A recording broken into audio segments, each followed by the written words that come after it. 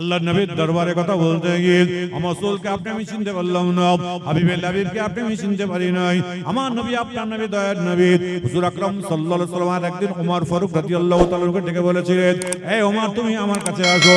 আমার নবী আপনার নবী দয়ার নবী যখন আসলেন এমন সময় ওমর ফারুক রাদিয়াল্লাহু তাআলা তিনি গেলেন, যাওয়ার সঙ্গে সঙ্গে এমন সময় আমার রাসূল পাক বললেন, এই ওমর আমার এই জুব্বাটা নিয়ে তুমি চলে যাও ওয়াইস কারনির কাছে চলে যাও, ওয়াইস কারনি যদি একটু দোয়া করে দেয় উম্মতে মুহাম্মাদীদের জন্য আল্লাহ পাক তাদের জীবনের জিন্দেগীর সমস্ত গুনাহগুলোকে আল্লাহ পাক maaf করে দেবেন। হযরত ওয়াইস কারনি রাহমাতুল্লাহ আলাইহি নামটা যখনই বলেছেন ওমর ফারুক, ওই সময় তো ওমরকে যখনই জুব্বাটা দিয়ে দেয় ওমর ফারুক রাস্তাতে হাঁটতে শুরু করে দেয়। এমন সময় ওয়াইস কারনি কোথায় আছে সবাইকে চিন্তা জিজ্ঞাসা করে, কেউ বলতে পারে না। একজন ব্যক্তি বলল, ভাই ফুরাত নদীর তীরে তুমি চলে যাও, আপনার কিবা হাড়ে আর চামড়ায় আল্লাহর বান্দা এমন সময় তার চামড়ার চোখে দেখতে পায় উজু করে উঠে আসছে, ওই বান্দাটা হবে ওয়াইস কারনি, অন্য কেউ নয়। পরনে আপনার বস্তা, মাথায় বস্তা, আপনার কি বলে পরনে বস্তা, পরনে সবে বস্তা। এমন সময় নিজের চামড়া চোখে দেখতে পাই ফুরাত নদীর তীরে কেমন দেখতে পাচ্ছেন গিয়ে, এমন সময় সেই জায়গা থেকে অন্য কোনো জিনিস নাই, সেই জায়গাতে আল্লাহর নবী আপনার কি বলে ওয়াইস কারনি। এমন সময় তিনি উজু করে উঠে আসছেন।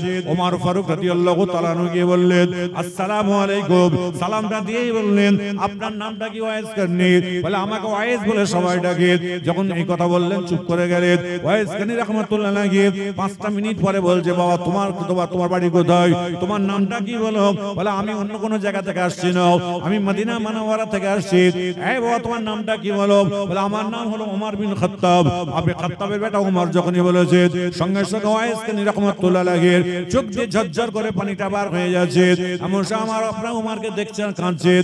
এমন সময় বলে, ভাই আপনি কেন কাঁদছেন? বলেন, ভাই ওয়াইস শুনে রেখে দাও, ওমর তুমি শুনে রেখে দাও, আমি আমার রাসূলকে দেখার জন্য, আমার আম্মা জান অন্ধ মানুষ ছিল, আমার আম্মা জানকে একদিন গোসল করিয়ে খাওয়া দাওয়া করি একদিন বলেছিলাম, আম্মা জান আপনি আমার বিয়াদবি মাফ ক্ষমা করবেন, আমি কি একবার আমার রাসূল পাকের সঙ্গে একবার জিয়ারত করতে যাব, আমার রাসূল পাকের সঙ্গে একবার সাক্ষাৎ করতে যাব। ওমর ওই সময় বলে, আমার মা জননী বলেছিল, বাবা ওয়াইস তুমি শুনে রেখে দাও, আমি অন্ধ মানুষ, আমার সম্মুখে আমার রাসূলকে তুমি যদি এনে দাও আমি চামড়ার চোখে দেখতে পাবো না, তুমি আমার রাসূলকে আমার হয়ে সালামটা দিয়ে দিও।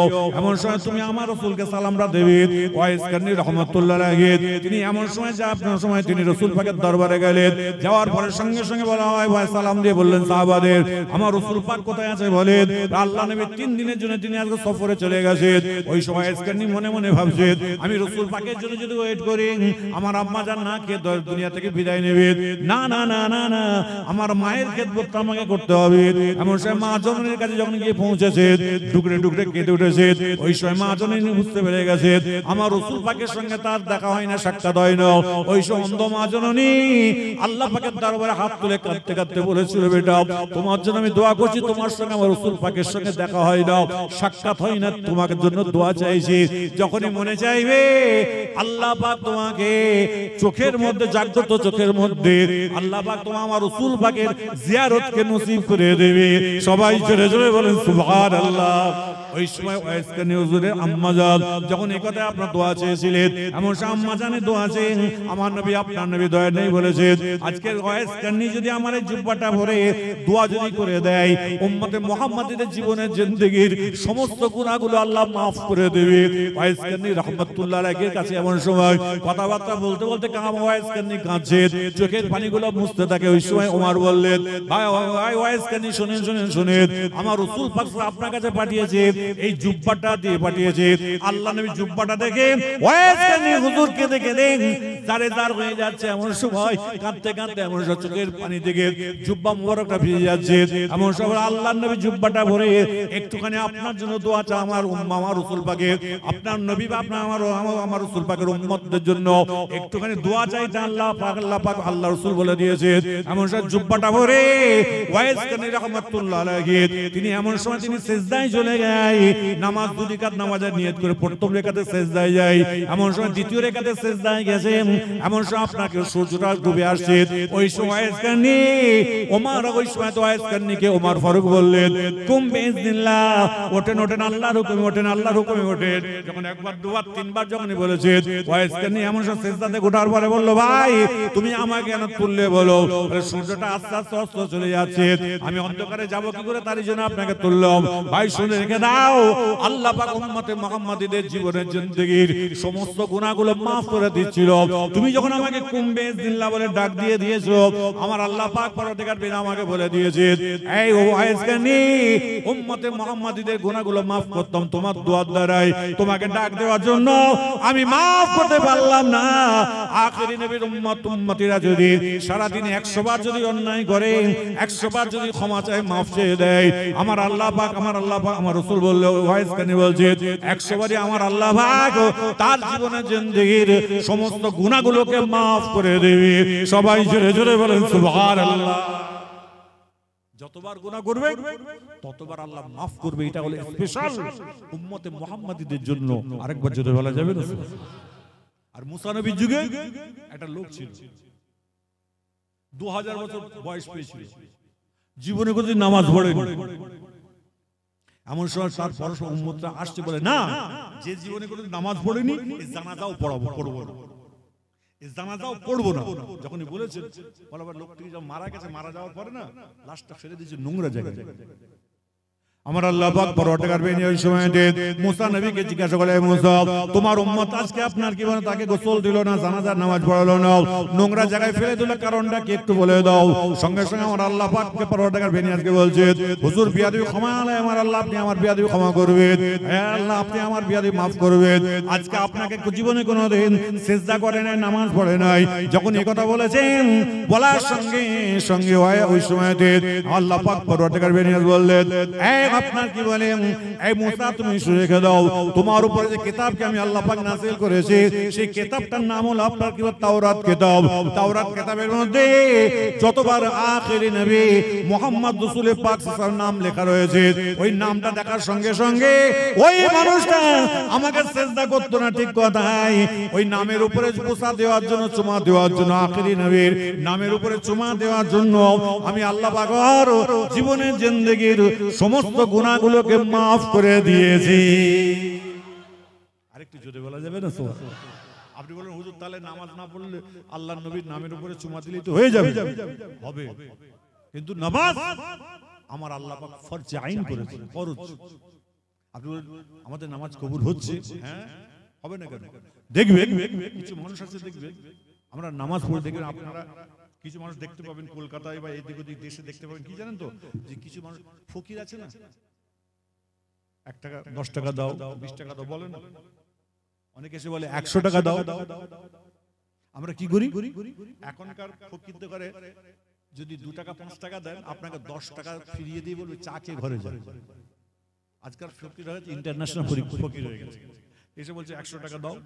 আমরা কি করি, প্রথম দিন যা বাড়িয়ে যা তাড়িয়ে দিই, দ্বিতীয় দিন আসলো 100 টাকা দাও, তাড়িয়ে দিলাম, তৃতীয় দিন তাড়িয়ে দিলাম, চতুর্থ দিন তাড়িয়ে দিলাম, পঞ্চম দিন তাড়িয়ে দিলাম, ষষ্ঠ দিন তাড়িয়ে দিলাম, সপ্তম দিনের মাথায় এখানে শোন, দেখেছেন ডাকার পরে বলছে ক টাকা লাগবে, বলে 100 টাকা। এখন 200 টাকার নোট বেরিয়েছে, 200 টাকার নোট বার করবার জন্য বলে বাবু আমার কাছে তো 100 টাকা খুচরো নেই। বলছে বাবু আমার কাছে তো 100 টাকা খুচরো নেই। বলে তুই 200 টাকাই নিয়ে যা। আল্লাহ বলছে বান্দা তোমরা আমাকে একদিন সিজদা করবি, 2 দিন করবি, 3 দিন করবি, 4 দিন করবি, 5 দিন করবি, 7 দিনের মাথায় আমি আল্লাহ তোকে maaf করে দেই, জান্নাতি করে দেব। আরেকবার জোরে বলেন রিজিক রুজি সবে তো আল্লাহ বরকত দেবে। আপনি আমাকে বলতে পারেন হুজুর ওই ব্যক্তি নামাজ পড়ে না, ওই ব্যক্তির এত টাকা হচ্ছে কি করে? আল্লাহ বলছে আমি রহমান, আমি রহমান, তো আমি সবার উপর রহমত করি। আর রহিম আমি ওদের জন্য যারা হলো জান্নাতি তাদের জন্য। আরেকবার জোরে বলা যাবে না? খবরদার পর সমালোচনা থেকে সরে থেকে নিজের ফ্যামিলির সঙ্গে টাইম দিয়ে কাজ করুন, কর্ম করুন। এবং মেয়েদের বলবো, বেশিরভাগ মেয়েদের বলবো, মায়েরা তোমরা খবরদার স্বামীর বাড়ি যখন এসেছো, শাশুড়িকে নিজের আপন করে নাও, শ্বশুরকে আপন করে নাও, নিয়ে যদি চলাফেরা করতে পারো তোমারও কিন্তু আখিরাতটা ভালো হবে। আম্মা জান মা রাবিয়া বাসরির মতো আল্লাহ পাক তোমার আমাকে আল্লাহ পাক সেই শ্রদ্ধা আপনারা কি বলে সেই ব্যক্তিবর্গ তৈরি করে দেবে। আরেকবার জোরে বলেন কেন জানেন? কেন জানেন?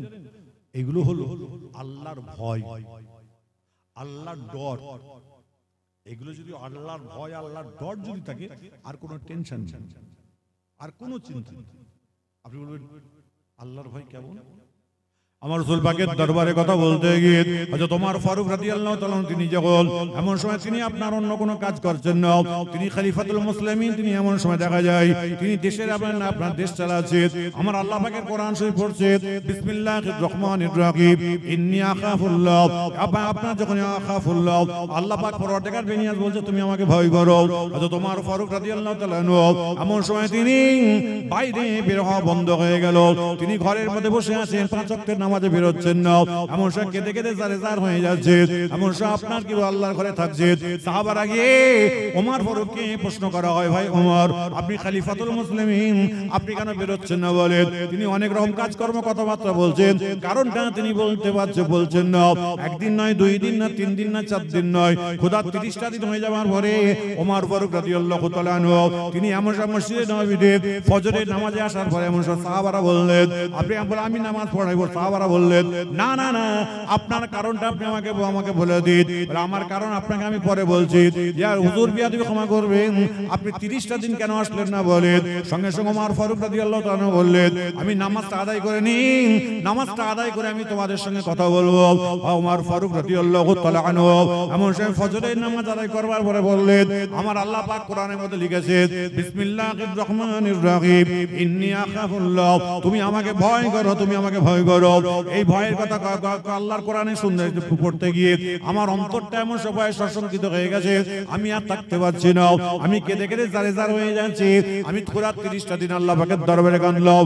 এমন আমার মনের মধ্যে আনন্দ যখন চলে এসেছে তখন আমি বুঝে ফেলেছি আল্লাহ পাক আমার জানা অজানা সাগীরা কবিরা গুনাহগুলোকে আমার আল্লাহ পাক ক্ষমা করে দিয়েছে। ওমর আল্লাহ ক্ষমা করে দিয়েছে। এদিকে ওমর ফারুক রাদিয়াল্লাহু তাআলা আনহুর শরীরটা বড় খারাপ হয়ে গেছে, এমন সময় শরীরটা বড় অসুস্থ হয়ে গেছে। ওই সময়তে ওমর ফারুক রাদিয়াল্লাহু তাআলা আনহু আল্লাহর কোরআন শুনেছিলেন বিসমিল্লাহির রহমানির রহিম ইন্নানি আনাল্লাহু লা ইলাহা ইল্লাল্লাহ আনা ফা'বুদুনি আকিমিস সালাতা লিযিকরি। এই কোরআনের আয়াতটা শুনে হযরত ওমর ফারুক রাদিয়াল্লাহু তাআলা ঈমান এনেছিলেন। সে ওমর ফারুক রাদিয়াল্লাহু তাআলা আনহু একদিন আমার ওমর ফারুক রাদিয়াল্লাহু তাআলা আনহু তিনি এমন তার ছেলে তার শরীরটা বড় খারাপ হয়ে গেছে। এমন সময় ওমরের ছেলেকে বলল আব্দুল্লাহ তোমাকে একটা কাজ আছে করতে হবে। বলে আব্বাজান কি কাজ? বলেন বলে আমার শরীরটা বড় খারাপ হয়ে গিয়েছে, আমার অসুস্থ শরীর হয়ে গেছে, কখন দুনিয়া থেকে চলে যেতে হবে। আল্লাহ পাক কোরআনের মধ্যে ঘোষণা দিয়েছে বিসমিল্লাহির রহমানির রহিম কুল্লু নাফসিন যায়কাতুল মউত, মউত বারহাক, মউতের সাথে প্রত্যেকটা মানুষকে থাকতে হবে।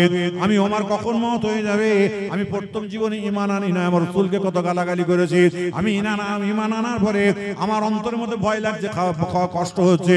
তুমি একবার আম্মা জান মা আয়েশার কাছে তুমি চলে যাও, আয়েশার কাছে গিয়ে একটুখানি আমার রাসূল পাকের পাশে হযরত আবু বকর সিদ্দিকের পাশে আমার কবরের মাটিটা যেন একটু যেন পেয়ে যায়, তো আমার রাসূলের আম্মা জান মা আয়েশার কাছে চলে যাও।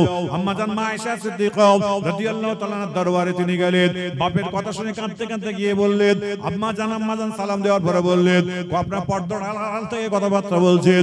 ওই সময় পর্দার আড়াল থেকে বললেন আম্মা জান আমার আব্বা জান আপনাকে সালাম পৌঁছে দিয়েছে, একটুখানি কবরের মাটিটা চেয়েছে। সঙ্গে সঙ্গে আম্মা জান মা আয়েশা বললেন না না না, আমি আমার আব্বা জান ওখানে শুয়ে আছেন, আমার স্বামী ওখানে শুয়ে রয়েছেন, আমার রাসূল শুয়ে আছেন, আমার আব্বা জান আবু বকর শুয়ে রয়েছে, আমি আয়েশা ওই জায়গায় ঘুমাবো, ওই জায়গাটা আমি কাউকে দেব না। আমার আব্বা জান একটুখানি আপনাকে একটুখানি জায়গা চেয়েছে, না না না, ওই জায়গাটা আমি আমার রাসূলের পাশে আমার স্বামীর পাশে আমার আব্বার পাশে আমি ঘুমাবো। এমন সময় আব্দুল্লাহ বিন ওমর তিনি এমন রাস্তা রাস্তা দিয়ে হেঁটে চলে যায়। 10টা মিনিট হয়ে যাওয়ার পর আম্মা জান মা আয়েশা বললেন, এই সাহাবারা, ওমরের বেটা কোথায় আছে বলো। বলে আজকে ওমরের বেটা তিনি তো আমি এখান থেকে চলে গেল।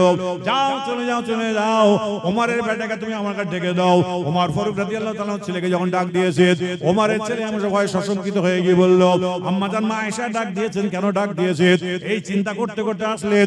আসার পরে এমন সব পর্দার আড়াল থেকে সালামটা দিয়ে বললেন, আম্মা জান আপনি আমার বিয়াদবি ক্ষমা করবেন, আম্মা জান আপনি আমার বিয়াদবি মাফ করবেন, আম্মা জান আপনি আমাকে কেন ডাক দিলেন বলেন। বলে ওমরের বেটা আব্দুল্লাহ বিন ওমর তুমি কি আমার কাছে আসছো? বলে আমি আব্দুল্লাহ বিন ওমর। বলে বেটা শুনে রেখে দাও, তোমার আম্মা তোমার আব্বার জন্য আমার কবরের বাড়িটা সরিয়ে নিয়ে আমার বাপের পাশে, আমার স্বামীর পাশে, আমার রাসূলের পাশে, আমার বাপের পাশে তোমার কবর, তোমার বাপের কবরের মাটিটা ওমরের জন্য, কবরের মাটিটাকে আমি আয়েশা তোমার বাপের জন্য ওয়াকিফ করে দিলাম। সবাই জোরে জোরে বলেন সুবহানাল্লাহ। ওমর ফারুক রাদিয়াল্লাহু তাআলা ছিলেন আব্দুল্লাহ বিন ওমর সঙ্গে সঙ্গে শুনে বললেন, আম্মা জান বিয়াদবি ক্ষমা করবেন, আম্মা জান আপনি আমার বিয়াদবি মাফ করবেন। আপনি কেন, আপনার কি বলে এত সময় পরে খবরে কেন বললেন? বলে শুনে রেখে দাও, একদিন তোমার নবী, আমার নবী, দয়ার নবী হুজুর আকরাম সাল্লাল্লাহু আলাইহি ওয়াসাল্লাম একদিন খোদা আসমানে তলায় আমার জানুর উপর মাথাটা দিয়ে আমার রাসূল পাক সাল্লাল্লাহু আলাইহি ওয়াসাল্লাম এমন সময় তিনি হাসি মজায় আলাপ আলোচনা কথাবার্তা বলছে। আমি এমন সময় আমি এমন সময় আয়েশা আমার রাসূল পাককে আমি প্রশ্ন করেছিলাম, ইয়া রাসূলুল্লাহ, ইয়া হাবিবাল্লাহ, হুজুর আপনি আমার বিয়াদবি ক্ষমা করে মাফ করবেন। আজকে আসমানের তারাগুলো গুনে গুনে শেষ করা যায় না। আপনার কোন উম্মতি আছে, আল্লাহর কোন বান্দা বান্দি আছে কি একটু বলে দিন, তাদের আমলগুলো গুনে গুনে শেষ করা যাবে না। আমার নবী, আপনার নবী, দয়ার নবী সঙ্গে সঙ্গে বললেন, ওমর ফারুক রাদিয়াল্লাহু তাআলা আনহু যখনই উমরের নামটা বলেছেন, আম্মা জান মা আয়েশা সিদ্দিকা রাদিয়াল্লাহু তাআলা আনহা তিনি এমন সব ডুগরে ডুগরে কাঁদছেন। আম্মা জান মা আয়েশার কান্না দেখে আমার রাসূল বললেন, আয়েশা মা ইউতিগি, তুমি কেন কাঁদছো বলো? আম্মা জান মা আয়েশা কাঁদতে কাঁদতে বললেন, হুজুর ইয়া রাসূলুল্লাহ আমার আব্বা জানের নামটা কেন বললেন না? বলে তোমার আব্বা জানের নামটা কেন বলি না, তুমি শুনে রেখে দাও। তোমার আব্বা জান আমার জামার সঙ্গে হিজরত করার জন্য তোমার বাবার একটা রাত্রে ইবাদত সাহাবাদের সারা জীবনের ইবাদত।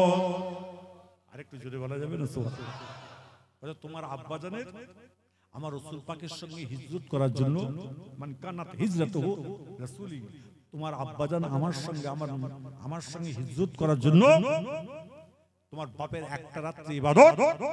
সাহাবা, তাবেঈন, আহমদ, মুস্তাহিদিন, ফুকাহা, শুহাদা, সালেহিন এবং আমরা নবীর উম্মত আমাদের বলছে এরা তোমার বাপের এক রাত্রি ইবাদত মানে সারা জীবনের ইবাদত, আর এদের এক রাত্রি ইবাদত মানে একদিনের ইবাদত। খবরদার, তুমি ওমরের নামটা বলেছি বলে তোমার কষ্ট চাইছা, তোমার বাপ আমার সঙ্গে হিজরত করেছে, তোমার বাপের একটা ইবাদত সারা জীবনের ইবাদত। আরেকবার জোরে বলা যাবে না? আজকে বলুন, আপনি কিসের ইবাদত করেছেন? টাকার ইবাদত করেছেন না? পয়সার ইবাদত করেছেন? আমি পীর সাহেব, আমি পীরজাদা, আমি মুরিদদের ইবাদত করেছি। মুরিদদের ঘরে যখন মোটা পকট দেখতে পাই, হুজুরের কাছে টেনে এনে, এই কচি পাশে বস, তোর বাপ কেমন আছে, তোর মা কেমন, তোর 14 গোষ্ঠী কেমন, 16 গোষ্ঠী কেমন, কত বুঝতে পারছেন না? আজ পকট যদি পাতলা হয় হয়ে গেছে। চতুর্থ প্রজন্ম এই চলছে, আমি বললেই খারাপ, বয়ে গেল। আমার জলসার দরকার নেই। শরিয়ত, কোরআন এবং হাদিস, ইজমা এবং কিয়াসকে ঠিক রেখে চলুন, আল্লাহ আপনাকে আমাকে জান্নাতি বলে কবুল করে নেবেন। আরেকবার জোরে বলা যাবে না? আরেকটা আওয়াজ দিয়ে জোরে বলা যায় না? কেউ কারোর কবরে ভাগ দেবে বাপ? জোরে বলেন দেবে? এটা আওয়াজ দিয়ে জোরে বলেন দেবে? বলে আমার 100 গুণ সব হয়ে গেছে, 50 গুণ নিয়ে যা, দেবে? কিয়ামতের আলামত। ছেলে বাপকে চিনতে পারবে না, বাপ ছেলেকে চিনতে পারবে না, মা বেটাকে চিনতে পারবে না, বেটা মাকে চিনতে পারবে না। আমার রাসূল সবাইকে চিনতে পারবে। আরেকবার জোরে বলা যাবে না?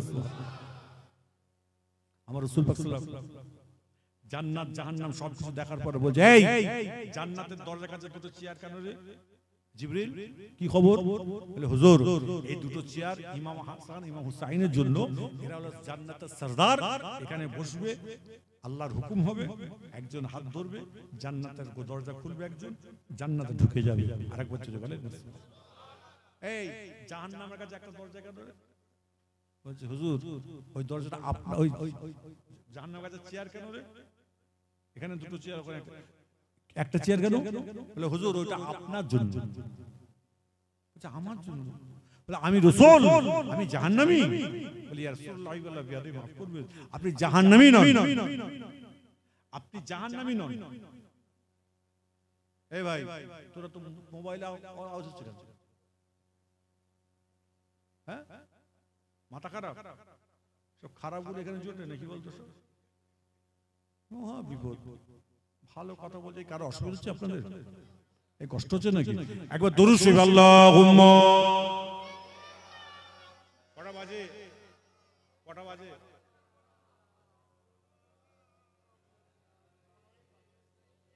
বারোটা বাজতে। একটু আওয়াজ দিয়ে দরুদ শরীফ পড়েন। আল্লাহুম্মা সাল্লি আলা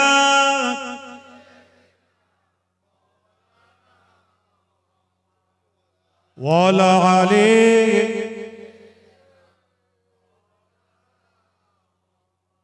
যাই হোক, খবরদার নিজেকে একটু ভাবনা চিন্তা করে চলবেন। আল্লাহ পাক পরওয়ারদিগার দুনিয়া আপনাকে আমাকে আল্লাহ যদি জান্নাতি বলে যেন কবুল করেন। সবাই জোরে বলুন আল্লাহু আমিন। আরেকটু আনন্দের সঙ্গে জোরে বলা যাবে? খবরদার ছেলে মেয়ে স্ত্রী পুত্র সংসার ধর্ম কর্ম ঠিক রেখে চলবে, ঠিক রেখে চলবে। আপনি বলেন কেমন ঠিক রাখবো হুজুর? আমার রাসূল পাক সাল্লাল্লাহু আলাইহি ওয়াসাল্লাম একদিন আম্মাজান মা আয়েশার কাছে বেলা 10টা 10:30 সময় এসেছেন। আম্মাজান মা আয়েশা আমার রাসূল পাকের জন্য রান্না করছে। কথাবার্তা বলতে বলতে ফজরের আপনার জোহরের আজান, আম্মাজান মা আয়েশা রাসূল পাক সাল্লাল্লাহু আলাইহি ওয়াসাল্লাম নামাজ পড়তে চলে গেছে।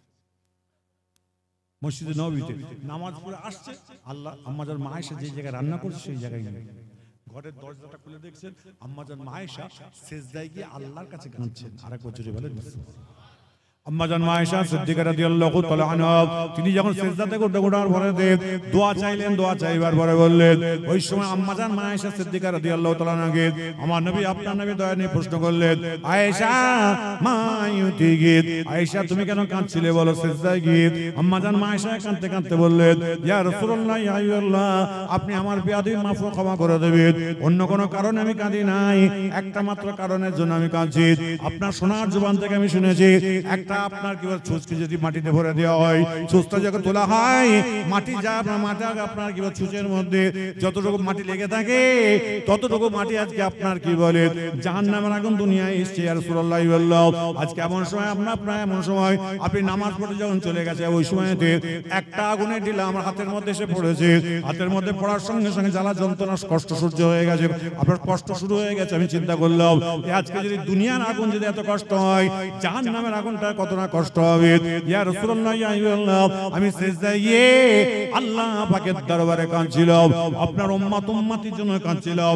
আমার নবী আপনার নবী দয়া নেই বলে আয়েশা শুনে রেখে দাও, তোমার মতো কাল কিয়ামত পর্যন্ত আমার কোন উম্মতি আপনাকে পুরুষ মানুষ যদি তার আহাল পরিবার পরিজনের জন্য সিজদায় গিয়ে যদি কাঁদতে পারে, কান্নার মধ্যে মুখটা যদি করতে পারে, তার স্ত্রী যদি আপনার কি বলে কাঁদতে পারে, কান্নার মতো যদি মুখটা করতে পারে, আমার আল্লাহ পাক তাদের বাড়ির সকলকে আল্লাহ পাক সুস্থ রেখে সকলের রুজি রোজগারে আমার আল্লাহ পাক বরকত দান করে দেবে।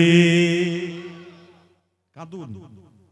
আপনি রোজ কাজে ব্যস্ত থাকি, নামাজে মাঝে মধ্যে কাজা হয়ে যায়, যদি নামাজ যদি মাঝে মধ্যে কাজা হয়ে যায় ঘরে এসে কাজা নামাজটা আদায় করে নেবেন।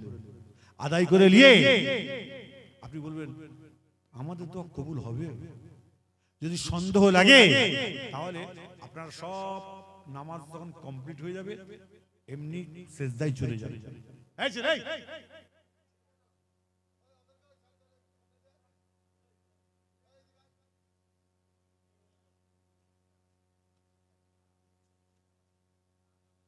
দরুদ শরীফ আল্লাহুম্মা।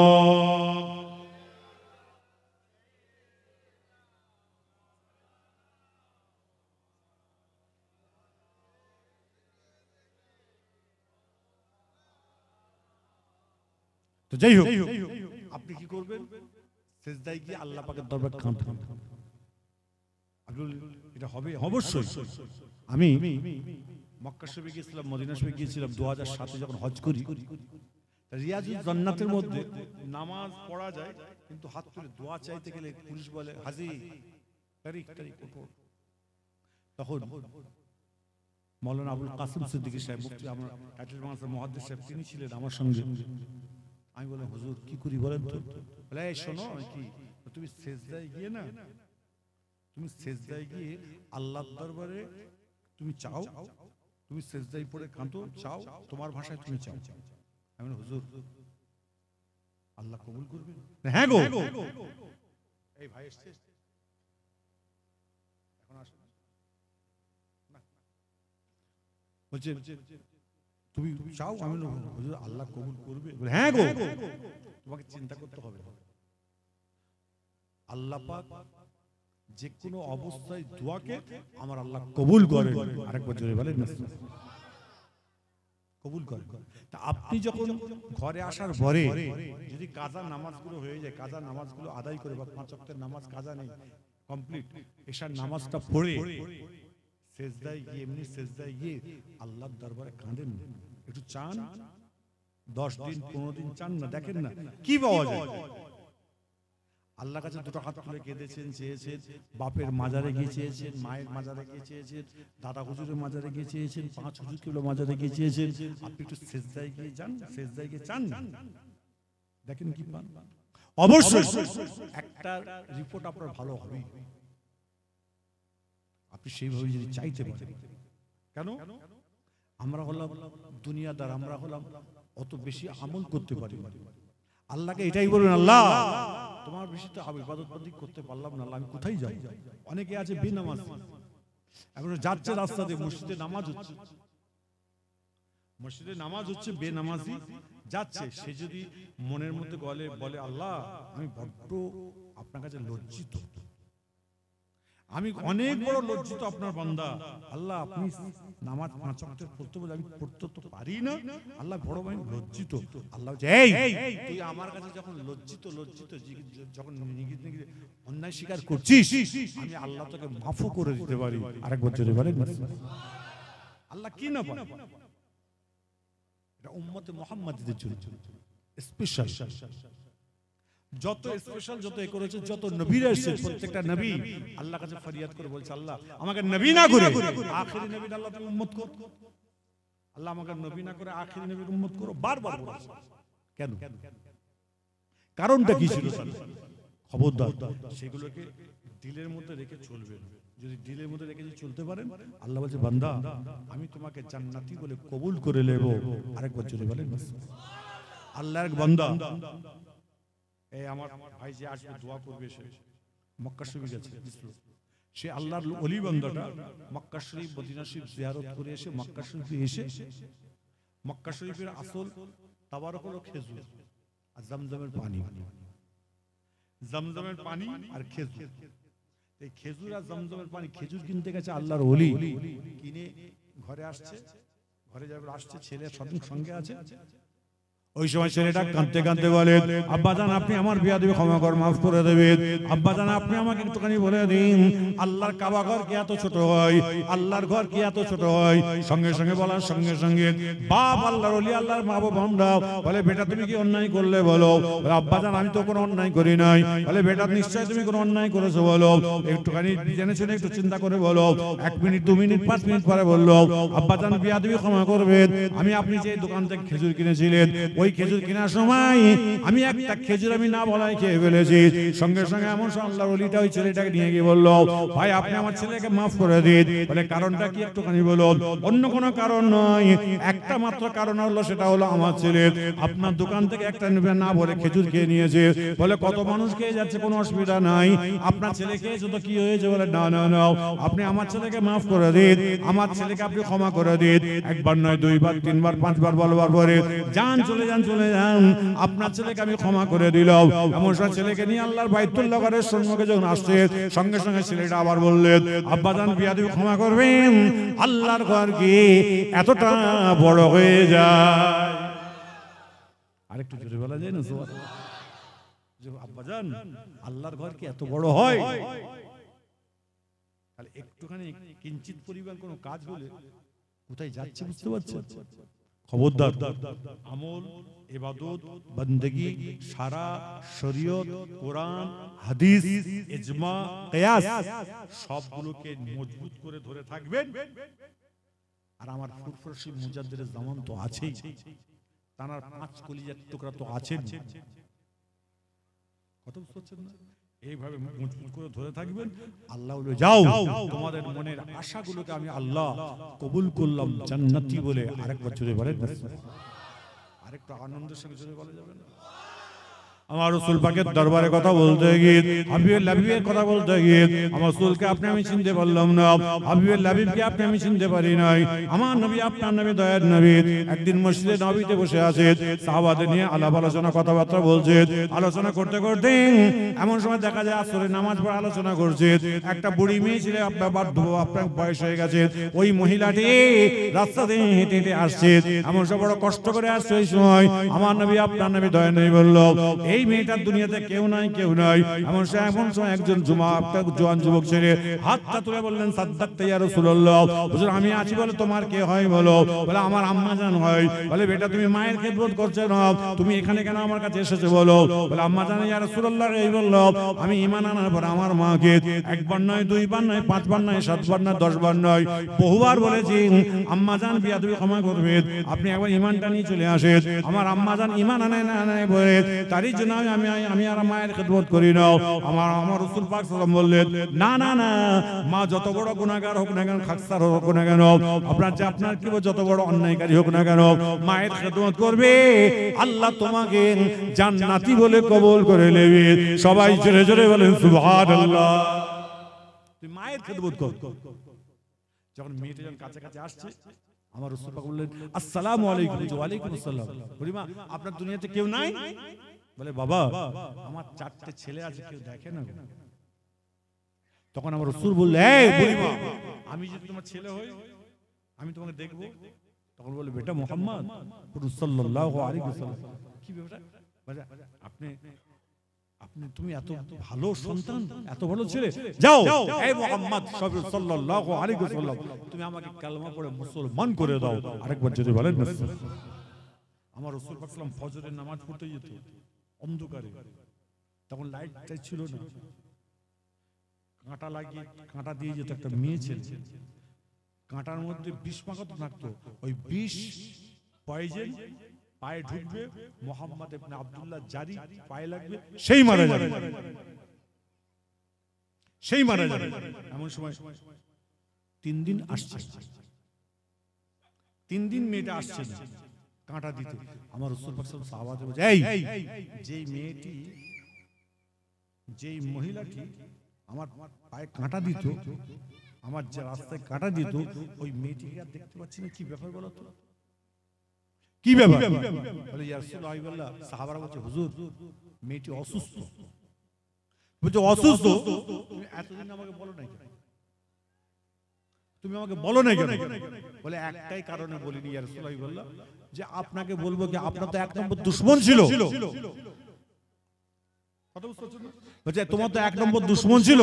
যখন দুশমন যখন ছিল ভালো করে বুঝবে। দরুদ শরীফ আল্লাহুম্মা।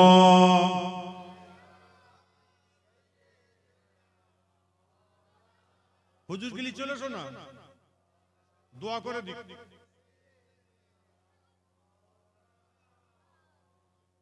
দরুদ শরীফ আল্লাহুম্মা সাল্লি আলা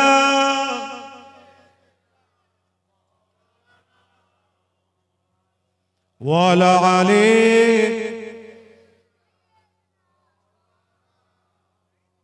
ديل لنا والحق لنا والعاجل لنا والكل لنا ديل لنا والحق لنا والعاجل لنا والكل لنا الإسلام لنا دينا ميع القول لنا عززناه هو سقنا اللهم صل على